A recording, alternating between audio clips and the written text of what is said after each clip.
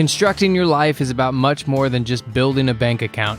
Each week, join real estate entrepreneur and mindset coach Austin Linney as he interviews guests who are constructing their dream lives and impacting the world around them on a daily basis. If you're an entrepreneur or wanting to start a business, or you just want to hear motivating stories of how others have overcome the odds, you are in the right place. And now for your host, Austin Linney. Guys, welcome back to Construct Your Life. This is Austin Linney here. And before we get started, I want to thank our sponsor, thedreamchasers.com, for sponsoring the podcast. But I have the pleasure, the honor of having who I deem as one of the best CEOs in the entire country. She is a dynamite, and she is an amazing person. Miss Amber, how are you doing today? Good, Austin. You crack me up, man. You're dynamite. Guys, so I want to thank Mr. Justin Donald, because he said, when I interviewed him, he said, if you're going to talk to anybody, you need to talk to Amber, the girl who is handling my book launch. She is on top of it. She's great. And so I've had the pleasure of meeting with her and her team. And so I wanted to have her on the podcast so she could share everything that she does and kind of her life story. But what I like to do with my guests is I let them kind of start the story where they want to, and we'll go from there. Awesome. Well, I guess what you should know about me is that I have a company called NGNG Enterprises, which stands for No Guts, No Glory. And that's a phrase that my mom used to say to me all the time growing up. And I just thought, what better phrase to remember every day as I face my fears and get my message out into the world. And it's something that clients now love too, Austin, because it's scary putting yourself out into the world. Mm-hmm. And I work with a lot of authors and speakers and coaches who want to make a positive impact in the world. So they might want to help you be a better parent or a better business owner or give back or just be a better human. So it's really fulfilling for me to work with such amazing people. And I help those authors, speakers, and coaches with bestseller book launches, and I help them to build their online platform. So you mentioned Justin Donald. We helped him establish branding. We helped him with his website design at justindonald.com. We helped him get started with a content marketing operation, helped him hire a virtual assistant and get that person trained, helped him get interviews on podcasts and on live streams, and taught him what I know about growing your brand and your authority and your platform, helped him monetize. We designed a whole virtual event model that was enormously profitable for him, that helped fund all of these other projects. And then most recently made him a #1 Wall Street Journal best-selling author for his latest book, The Lifestyle Investor. And it's just super amazing work, Austin. And sometimes we're working with people that just have an idea, that have no clue what to do with it. And on the other end of the spectrum, our latest launch that just happened last week was Dr. Daniel Amen's book. And, he's globally known in the mental health space, and he's a 12-time New York Times bestselling author. So we work with all sorts of interesting people. The team's amazing. The work is amazing. Like, I'm grateful. It's good to be here. No, it's great. And what I find interesting, more importantly, because I read one of your other launches, which is to this day, the best titled book of the planet, is The Ministry of Common Sense. Yeah, it's an amazing book. But what's not talked about enough is the people behind the people. And in essence, that's you, right? And so that's me. Before we get into kind of what you do and everything, could you just tell the audience, maybe some other books that people would know that they've read that they don't know that you've had a hand in launching, just so they can see the scope? Well, we're just getting ready to launch The Common Path to Uncommon Success, which is a book by Lee Dumas. A lot of people know Entrepreneurs on Fire. Mike Michalowicz of Profit First, Clockwork, Pumpkin Plan. We just launched his latest book, Fix This Next. It was just under a year ago, but it was his most successful book launch to date. So, Carrie Oberbrenner is a pretty popular one right now. He's did a launch back in, late October, and he just recently did a relaunch. Very successful book. Great title. So I don't know, all over the place. I'm well networked in a lot of different communities. And honestly, word of mouth has been largely responsible for the growth of my company. We're really focused on customer experience, creating the next trend. So I'm a bit of a futurist and really focused on developing meaningful connection with your followers to scale that influence. So my style and my approach is a little bit unconventional compared to a lot of the other methodology that's out there for internet marketing, which turns a lot of people off. And so the authors who look at the traditional marketing model and think that doesn't feel like me, that feels really hypey and full of ego and status. Like, I don't want to be an influencer if that's what I have to do. And I'm over here saying, you totally don't have to do that and take pictures next to jets and Ferraris and have a camera crew following you. You can be of the people. And so the people that come into me really want to build their platform that way. So basically you've had a hand in every book I've read. Got it. Okay. So I love that. But no, it's the truth, right? Because I find myself, and you can ask anybody that's sat in a meeting with me and marketers, is I'm like they've like a gator in the corner, and they're like telling me to do this thing that way, and I'm like, no, I'm not going to do it that way. I'm going to do it the way that feels natural to me, and I'm meeting my audience. But for anybody that's out there, because I think that everybody's a personal brand now, whether or not you want to be or don't. It doesn't matter if. I just think you are. What are the concepts that you deem the most important when you're just getting started?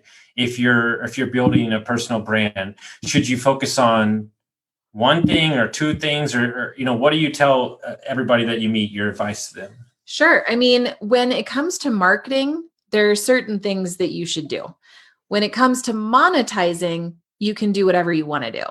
So that's where you have a blank canvas and you want to do things that give you joy and fulfillment, right? Mm-hmm. So if you want to do coaching, great, do coaching. If you want to do a high-end mastermind, do that. If you want to do a program or a bunch of courses, do that. There's no wrong path. You just have to focus on what is most meaningful for you.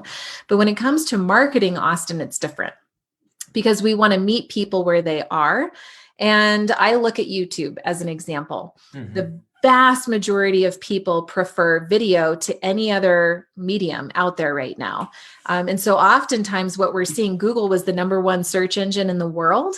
Well, now YouTube is taking over because people have a question, they go to YouTube. They want to know the answer to that, whatever that question is. Therefore, you'd be kind of crazy not to get into video.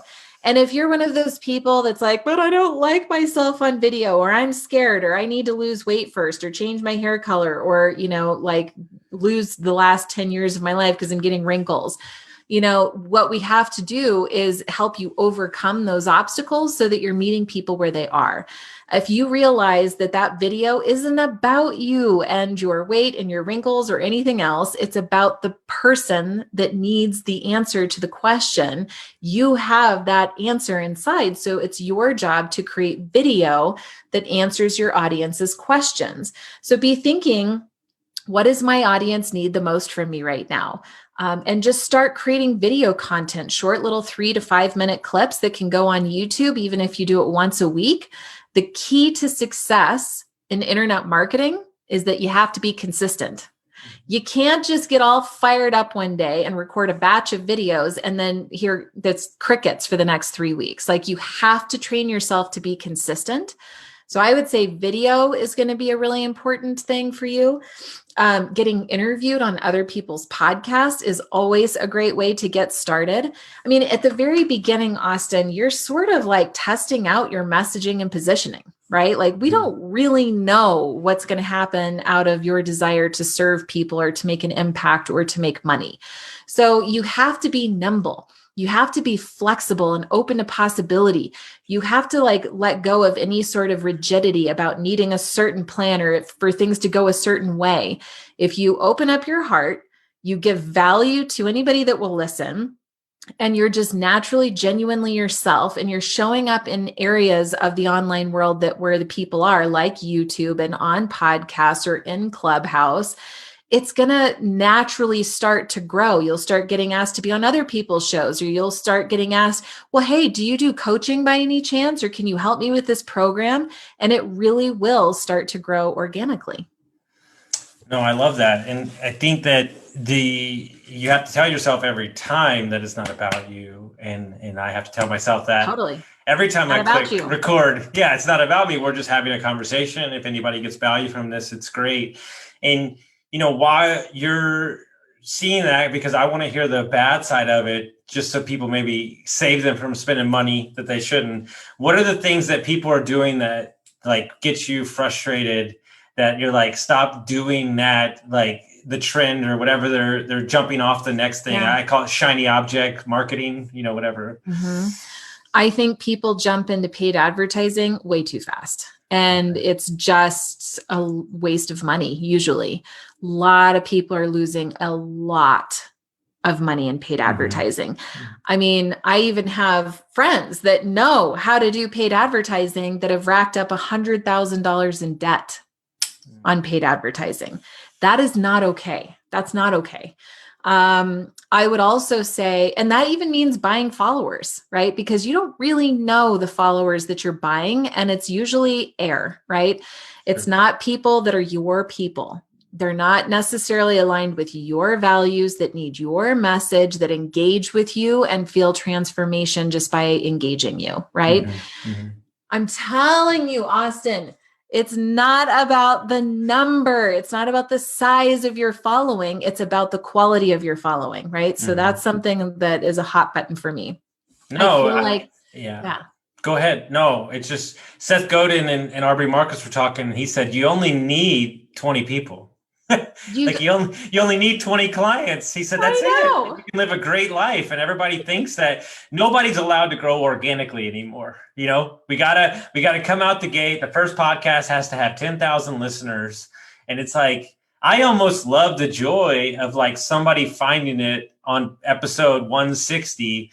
And then like, as my marketing guy that's building my website would say, then they go back and binge every episode because they like it. And then that's funny. Like when I see the numbers, when let's say episode 1 or 6 start getting listened to again a year later, that's when I know it's going good. Yeah. I mean, it's just so messed up what's happening online right now. I mean, it really isn't about the number.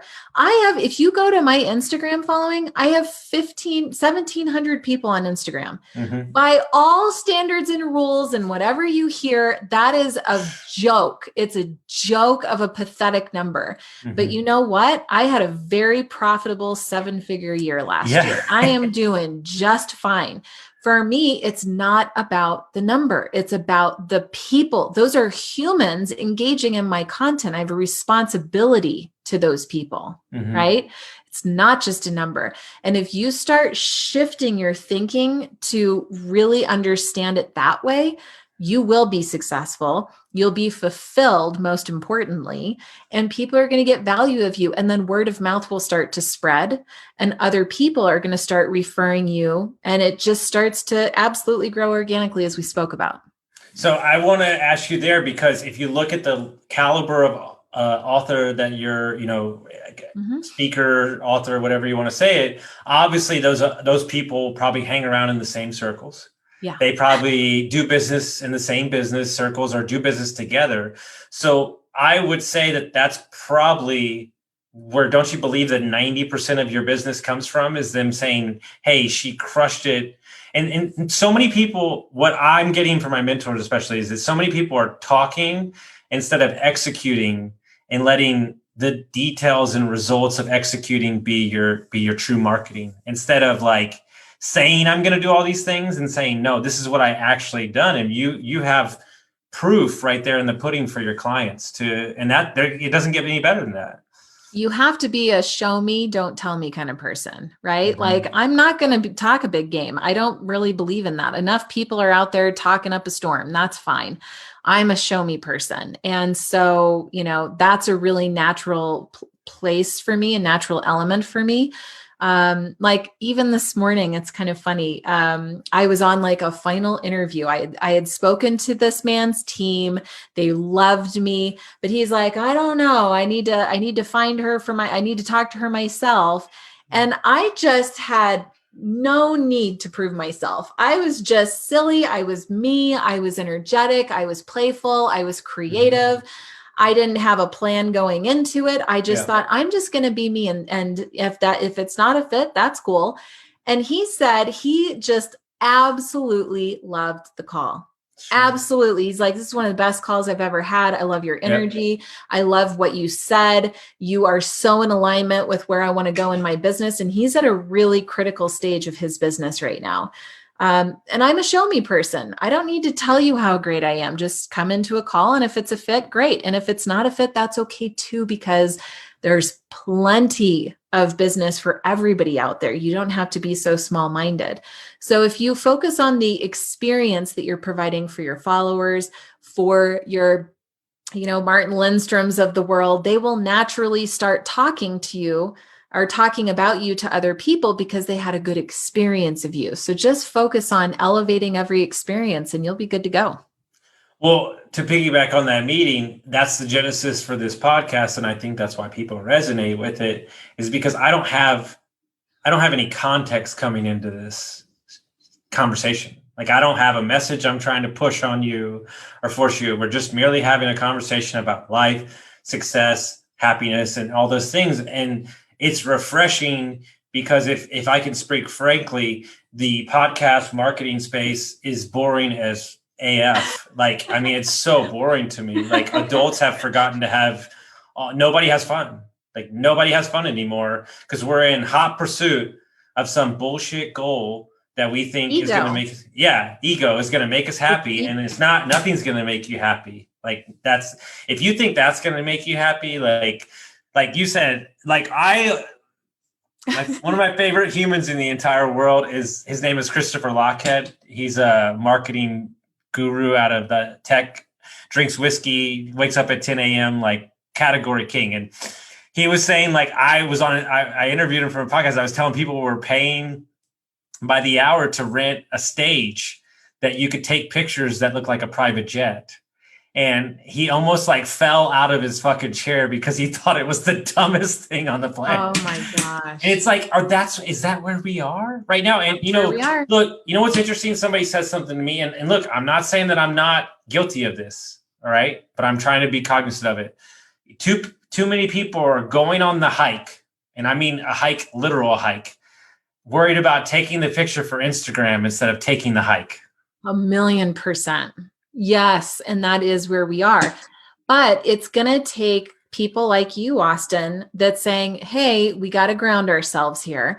If you're not willing to put in the effort to have these conversations, nobody's going to be there to listen to them, in which case it continues trending in that direction. So thank you for the time and the money and the resources and the energy that you're investing into this podcast to show people that there's another way. Like, seriously, man, kudos to you. Thank you. I appreciate that. It's a labor of love, and it's definitely it's definitely great. But these conversations like this is why I want to have it. But something I'm interested in asking you about that we have never talked about personally. Like you're a mom and you run a business and you're all those things. Right. And all the things. And it's hard. And you're a very driven person. And you're also a very busy person. Like, and I know everybody wants to say they're busy these days. That's the key word. And so I try to refrain from saying that. From some book I read was like, stop saying you're busy. But how do you, to inspire others, just to give them a peek into your world, how do you keep it all together? Like, how do you show up constantly for your clients and then show up for your family as well, too? Well, I mean, people are really forgiving if they feel like they have your attention. Mm-hmm. So just be present, be like really attentive to the situation that's unfolding in front of you. Like right now on this podcast interview, literally nothing else matters. What matters is my connection with Austin, and I'm really enjoying the conversation. And what matters is I'm imagining the listeners on the other end. And I'm so grateful that you're listening to this. That matters to me. It's your time. It's a very precious resource that you have, and you're choosing us in this moment. And I'm grateful for that. And as soon as this conversation ends, I go to the next conversation where that's the thing that matters, that moment that's unfolding in front of me. And people feel the difference. Every single time they feel the difference. I know when somebody is just talking to hear themselves talk, and I know when they're talking because they genuinely want to make a connection with me. And that changes everything when I can feel that difference. So that really is a huge, piece of how I do it all, Austin, is I want people to feel that I'm really present with them when they get that time, because my calendar is extremely full. It's full, and it's full by design. I like being busy because that's when I feel like I'm operating to my fullest potential. When I clear out my calendar and I only have a call or two for the day, I get kind of depressed is what the feeling feels like. It's like I'm lazy, I'm sluggish, I don't have the same enthusiasm. I'm just like, I don't even recognize myself. But when I'm back to back to back all day, man, I am flying high like a kite. My energy is so big and so full, and I get to drive that into the person that I'm in front of, and they love it. So kind of part of it is just knowing how you can best utilize the energy that you naturally create within your own body. But the other thing is being really scheduled works for me. I wake up at about 5 a.m. every morning. Sometimes lately it's been a little earlier than that. I don't know why. But I usually wake up naturally before my alarm goes off, and I spring out of bed. I'm working out. I actually take my time getting ready, because that's my time to really listen to music and my thinking time. And it's sacred time, y'all. Sacred time being alone in the morning, because that's my only chance for me all day, just me. Then it's like I've got my son, I get him out of bed and all the giggles and the laughing and playing and breakfast and taking him to school. And then it's work. And then I'm super focused and dedicated. I'm not taking time off to go hang out with friends at lunch because that's my work time. I have different dedicated time for friendships. And that's how I can keep all of the plates moving. And there are a lot of them, but I've also made the conscious choice to have a full life. That's when I'm feeling the most alive in my body and the most on purpose. What I call that time in the morning, because it's for me too, is putting on your armor for the day. Like you need that time. But something it's interesting about your schedule that somebody taught me, and I've stuck to it. I try to front load my schedule, and I try to get in a groove. Like I'll be scheduled. Like yesterday I was on Zooms from 6 a.m. to 9 o'clock at night, like all day. Like I had like a break here and there. But the reason I do that is because I don't want to get to a day like a Thursday or Friday where I have like one call on my calendar. Like I'd rather have nothing or like one. I don't want like this offshoot of stuff. Like I'd rather just be in the groove and get the calls done. And that's something that's helped me along the way. So if that helps anybody, like especially somebody that runs multiple businesses, I've heard that they do like all Tuesday would be this business and then all Wednesday would be that business, and try to keep it compartmentalized to kind of compartmentalize. That's the word. Got to learn how to do that. Be a master at that. No, for sure. And it can even be in the same day. It could be the morning and the afternoon and totally separate. So you've ran your own company for a long time. You have people underneath you. What would be your advice to anybody that's growing a company, a CEO, a leader of a company in the leadership kind of supporting role that can be so tricky for some people because they have a vision in their head, and sometimes it's very hard as the leader to communicate the vision properly to get everybody on board. That's something that I have to work on a daily basis because my mind is moving 30 miles an hour. That's all. Well, it's actually, when I said that, I was like, that's way low. It's like 150. No, actually. I'm just messing around.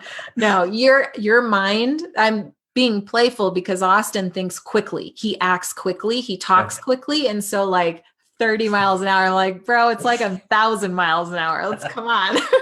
I'm working on it. Yeah. Yeah, I'm with you. Well, there are a few things that I've learned along the way, Austin. Communication, of course, is key, and documentation is key, documenting how you want things done, but also maybe more important is why you want them done that way.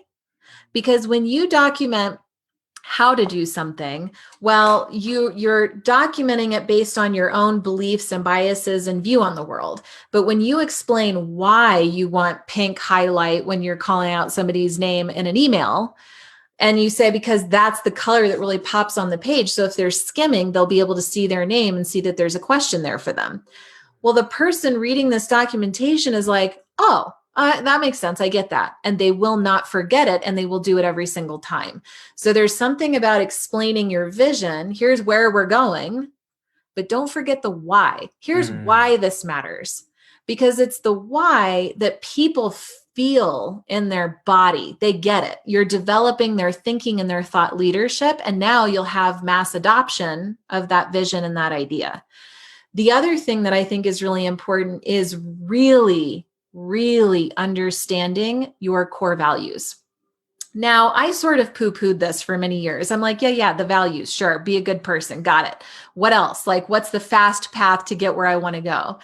And I have to give total credit to a client and dear friend, Darius Mirshahzadeh, who wrote The Core Value Equation. That book changed my life. Not just my business, my entire life. I finally understood the value of core values. I have them for the company, I have them personally, and I actually remember them, right? So when you ask people, what are your core values? It's like, oh, let me look up the document in my desktop somewhere. Let's see. No, you have to know your values on the deepest levels of your soul. It's like meaningful connection, better together, deeply fulfilled, lean into change. These are things that I live, I breathe, I think about it. It matters because it becomes the language of the organization. I love it when I'm on a call and I've got my team with me and they're talking to one of our clients about some strategy and they're using the words like better together, meaningful connection, lean into change, deeply fulfilled. It's so great because they have adopted this language that we all use, and it is the standard of which we operate. It's everything. It's how we make decisions are based on these core values. And it has allowed me to attract in such an amazing team of the most perfect humans that now they share the same values. They understand the language of the organization. I've developed their thought leadership. So now they can make decisions in the same way that I would have, or in a better way. And now we're better together, moving toward this vision. We're all rowing in the same direction. And you would not believe the efficiency, the productivity, the freedom that is possible. It can be a small team, just you and your assistant, and it can be a big team. But I think it really is going to come down to sharing your why and getting really crystal clear on those core values. Guys, if you just rewind that last 4 minutes, she just took you to a masterclass. We might have to put that on YouTube, just a masterclass. Good. Well, two things that you're indicating there. One, I think culture is not talked about enough in business and just in general, because that's kind of my specialty. The second thing is by having those core values set in stone and the dialogue being the same, you're detracting and pushing away the energy and the energy monsters and the bad people that understand that the gate is closed to them already. And what you're doing is those great people that work for you are going to attract the other great people that are going to stand with them, right? You are who the 5 people you hang around. And so then you just have an entire company moving at light speed because everybody's on the same page. And then we're not questioning when external forces or COVID happens or anything like that, because this is who we are.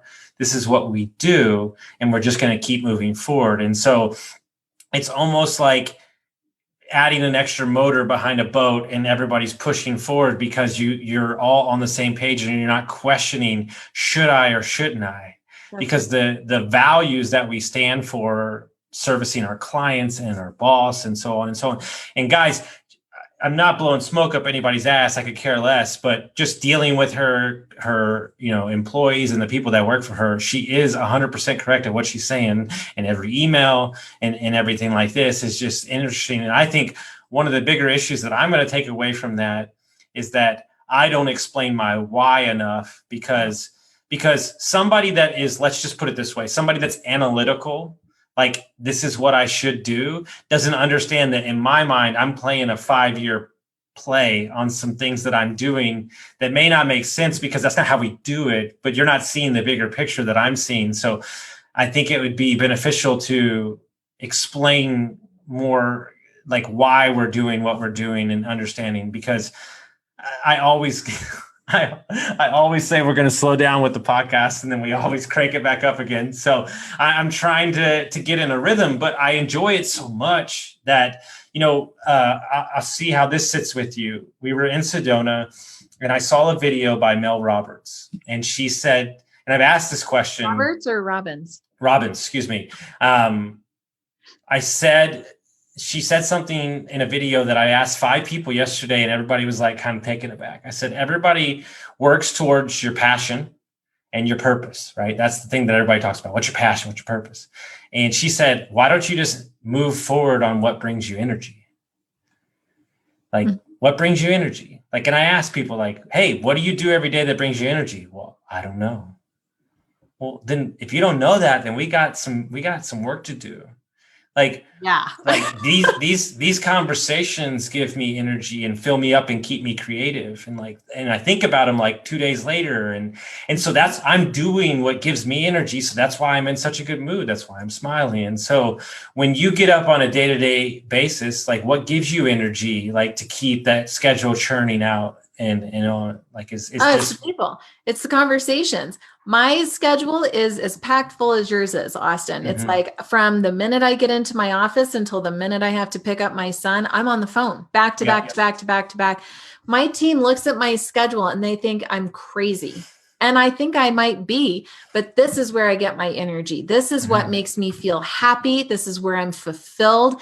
This is where you want me sitting in the company. Yeah. You don't want me pushing paper. And, like yesterday, I just onboarded a new bookkeeper. So the bookkeeper needs access to my bank. The bookkeeper needs access to my credit cards. Then he wants me to pull the archive of statements for all of the business cards and the accounts and email them. I kid you not, Austin. I was so angry. I wanted to cry and I wanted to throw my computer out the window. And I thought, Amber, you are behaving completely irrationally. Calm down. But I was so upset and I just felt locked up. And I was just like, I don't want to do this. This is so dumb. I don't want to do this. So I have those moments too. But I'm better, I'm happier when I'm on the phone. So to you, Austin, if you're happy when you're doing your podcast, don't slow down. I would never tell you to slow down, but get people and systems in place that can help you to speed everything else up so that you can go at whatever speed you want to go. And now the rest of the business isn't falling apart because you're operating at a fast speed. Instead, you're developing their leadership and those systems to match your speed or to help you go even faster. That's the kind of team that you ultimately want to, or the kind of operation that you ultimately need and should have. You deserve it.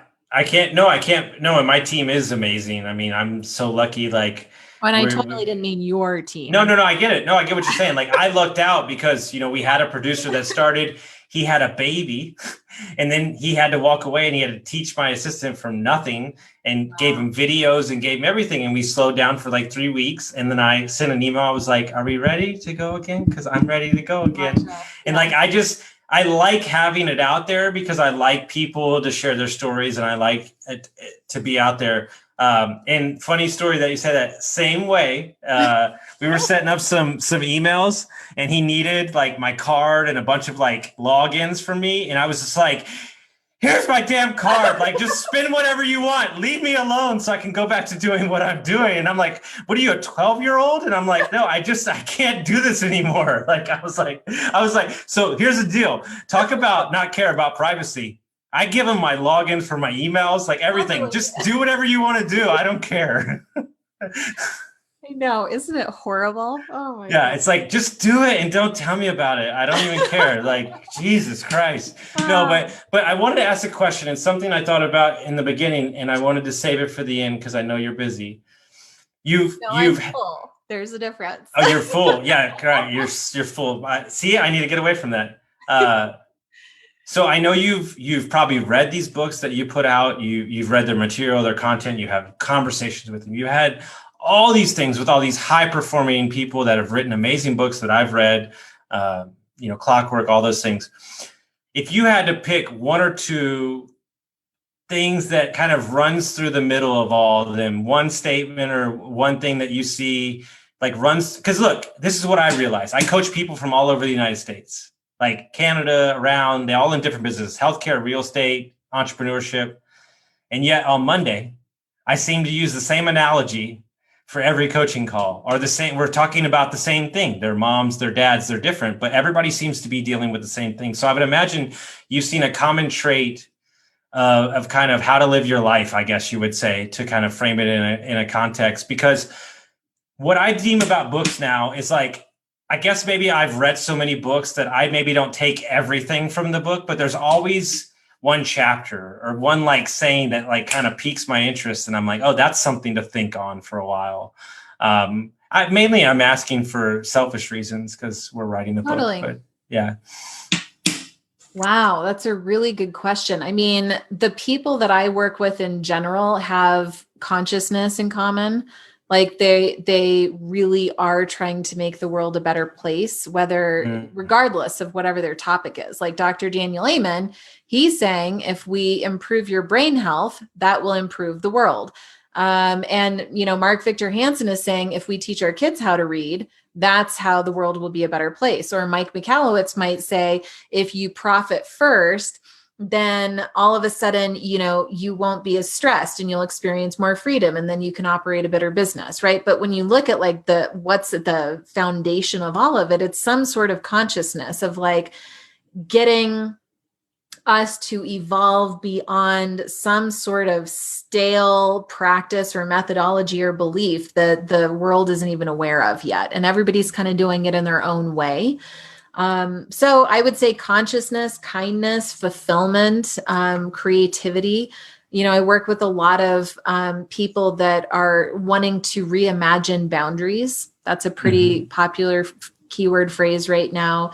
And to throw myself into the mix, I mean, the message that I most want to get out to humanity is pointing us back to creating meaningful connection with one another. And to create meaningful connection with the person in front of you means that you have to be clear on who you are and really showing up in a way that you would be proud to be, which don't even gloss over that fact, okay? Because that's not easy to show up in a way that we would be proud of ourselves, right? Like if you're the one that overeats the potato chips, or you don't work out, or whatever happens in your quiet moments when nobody else is watching, that's the stuff that you're usually not proud of. So how can you overcome that and make different choices to be a person that you're proud to be? Because when you're proud of who you are, you're open. And otherwise you can be kind of closed, right? Because I'm trying to protect myself. I don't feel good. I don't feel confident. And so I'm closed. I've got my armor on, right? But when we're really proud, we're open. We're open to the moment. And when you're open and the person in front of you can get them to open up, that is where the connection happens. And it's so awesome, that feeling when you're like, dang, she's cool. I just love that girl. She just makes me come alive. That feels amazing, right? Don't you want everybody to have that experience of you? Right? So that's a message that I'm trying to get out, is like, how can we open up, connect with other people, and get away from this ego stuff and the status stuff and the numbers stuff and the money stuff, but like, really getting back to that connection. I wish that for humanity. It's too good of a feeling to just gloss over. You're 100% right, because I think there's a systematic problem in America that is driving me crazy, is that we're so strife and who we believe somebody to be, that they're not allowed to change at all. Because if they were allowed to change and we can't see them differently and they get better, let's say they get better, right? From an alcoholic to somebody that's not an alcoholic anymore, your friends and family might see you as that person. And because you're getting better, it makes them look at themselves in the mirror like they're getting better. And that's when people freak out and lash out. And so we have to give everybody some grace, and we have to like back up. And even me, I'm guilty of it, like being too harsh, like sometimes, like, because I expect so much. But like ultimately what I realized through this whole thing is really who I'm expecting the most out of is myself. And when I'm not living up to where I need to be, that's when I'm angrily at other people. And ultimately, when I look back at the mirror, I know it's truly me I'm unhappy with. Yeah, that's very mature. Well done. Yeah, it only took 38 years, 20 years as an alcoholic and a divorce. So, just a couple things, lose a bunch of money, but hey, we're here now. So, so if people want to find out more about what you're doing, your company, how would they do that? Well, an easy way is amberv.com, the letter V, which is short for Vilhauer. Too hard to learn how to say, spell, and remember that one. So amberv.com will take you there. And the company is NGNG Enterprises.com. So that's really the agency where you can learn about book launches and web design and marketing and all the cool things that we're doing. And Amber V is more of, author speaker stuff. And guys, mark my words. Mark my words. This woman will have books written about her. She will be on stage. She is a powerhouse, and I cannot wait to watch her grow and do events with her and see the book that she writes and all sorts of stuff. So I'm honored and just beyond have pleasure to have you here on the podcast. So thank you so much. Dude, that means the world to me. I was just taking that right in. So thank you. It's really an honor right back at you, Austin. It's my pleasure. Guys, if you like this episode, make sure you send it out to your friends, and we'll see you next time.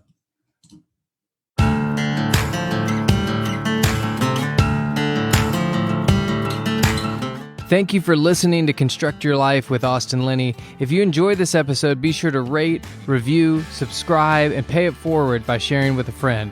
Most importantly, take this opportunity to start constructing your life by taking immediate action on what you learned. For show notes, resources, and more information on one-on-one coaching with Austin, visit constructyourlifepodcast.com.